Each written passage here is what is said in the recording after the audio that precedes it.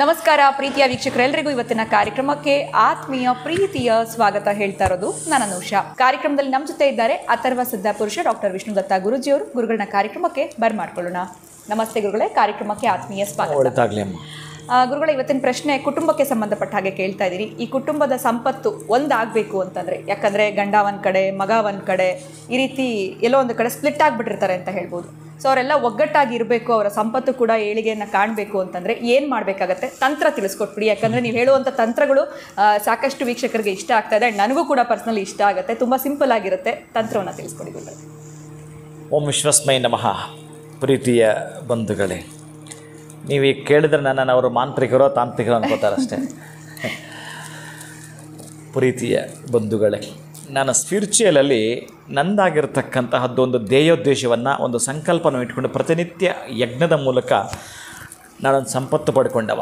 ಯಜ್ಞದ ಮೂಲಕ ನನ್ನದೇ ಆಗಿರ್ತಕ್ಕ ಸಂಪತ್ತನ್ನು ಯಜ್ಞದ ಮುಖಾಂತರ ಪಡ್ಕೊಂಡವ. ಅದಕ್ಕಾಗಿ ನಾನು ನಿಮಗೆ ಈ ತಂತ್ರ, ಈ ತಾಯಿ ಆಗಿರೋ ಒಳಗೆ ಬಹಳ ನೋವಿರುತ್ತೆ. ಏನು ಮಾಡೋದು? ನನ್ನ ಮಗ, ದೊಡ್ಡ ಮಗ ದುಡ್ದದ್ದು ಅವನು ಮನೆಗೆ ಕೊಡ್ತಾ ಇಲ್ಲ, ಏನೋ ಮಾಡ್ಕೊಳ್ತಾನೆ. ಇನ್ನು ಚಿಕ್ಕವನಂತೂ ಹೇಳೋದೇ ಬೇಡ, ದುಡಿತಾನೂ ಇಲ್ಲ. 2 ತಿಂಗಳು ಹೋಗ್ತಾನೆ, ಅದು ದುಡ್ಡಿದ್ದು ನಾವು ಕೇಳೋಕ್ಕೂ ಆಗಲ್ಲ, ಅದು ಅವನ ಖರ್ಚಿಗೆ ಸಾಕಾಗಲ್ಲ.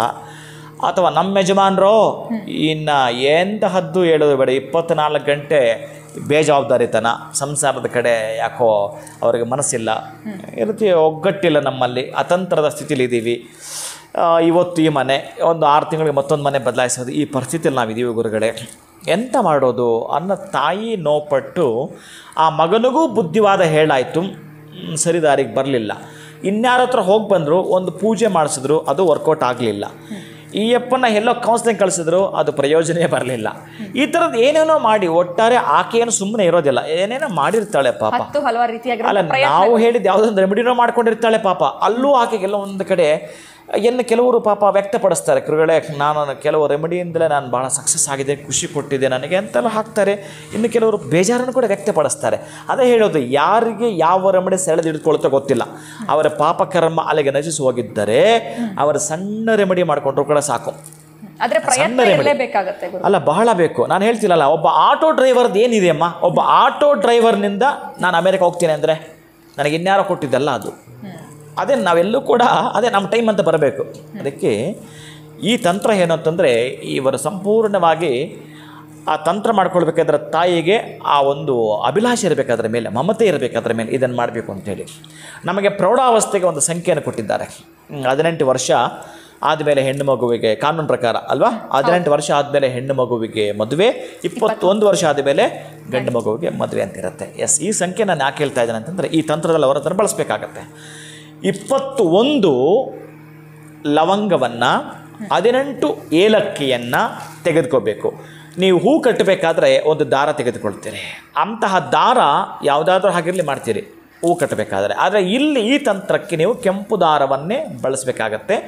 ಆ ಲವಂಗವನ್ನು ಸುತ್ತುವಂಥದ್ದು. ನೀವು ಹೂ ಕಟ್ಟಬೇಕಾದ್ರೆ ಕಟ್ತೀರಲ್ಲ, ಈ ಏಲಕ್ಕಿಯನ್ನು ಕಟ್ಟಕ್ಕೆ ಬರಲ್ಲ, ಹಂಗೆ ಅದಕ್ಕೆ ಸೂಜಿ ಮುಖಾಂತರ ಚುಚ್ಚಬೇಕಾಗತ್ತೆ. ಚುಚ್ಚುವಂಥದ್ದು ಪ್ಲಸ್ ಇನ್ನೊಂದಕ್ಕೆ ಕಟ್ಟುವಂಥದ್ದು.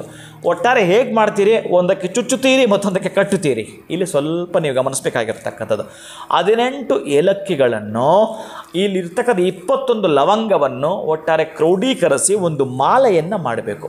ಈ ಮಾಲೆ ನಿಮ್ಮ ಮನೆಯಲ್ಲಿ, ಬಹುಶಃ ನಮ್ಮ ಮನೆಯಲ್ಲಿ ತುಂಬ ಇಷ್ಟ ಆಯಿತು ಗುರುಗಳೇ, ನಾನು ಈ ಗಣಪತಿನ ವಿಸರ್ಜನೆ ಮಾಡಲಿಲ್ಲ, ವರ್ಷ ಇದು ತರ್ತೀವಿ, ವರ್ಷಕ್ಕೆ ಮತ್ತೆ ತೊಗೊಂಡೋಗಿ ಬಿಡ್ತೀವಿ ಅಂತ ಕೆಲವರು ಮಾತ್ರ ಇಟ್ಕೊಂಡಿರ್ತಾರೆ. ಬಹುಶಃ ನಾನು ಹಾಗೆ. ಅದು ಯಾಕೋ ನೀರಿಗೆ ಬಿಡೋಕ್ಕೆ ಮನಸ್ಸೇ ಬರಲ್ಲ.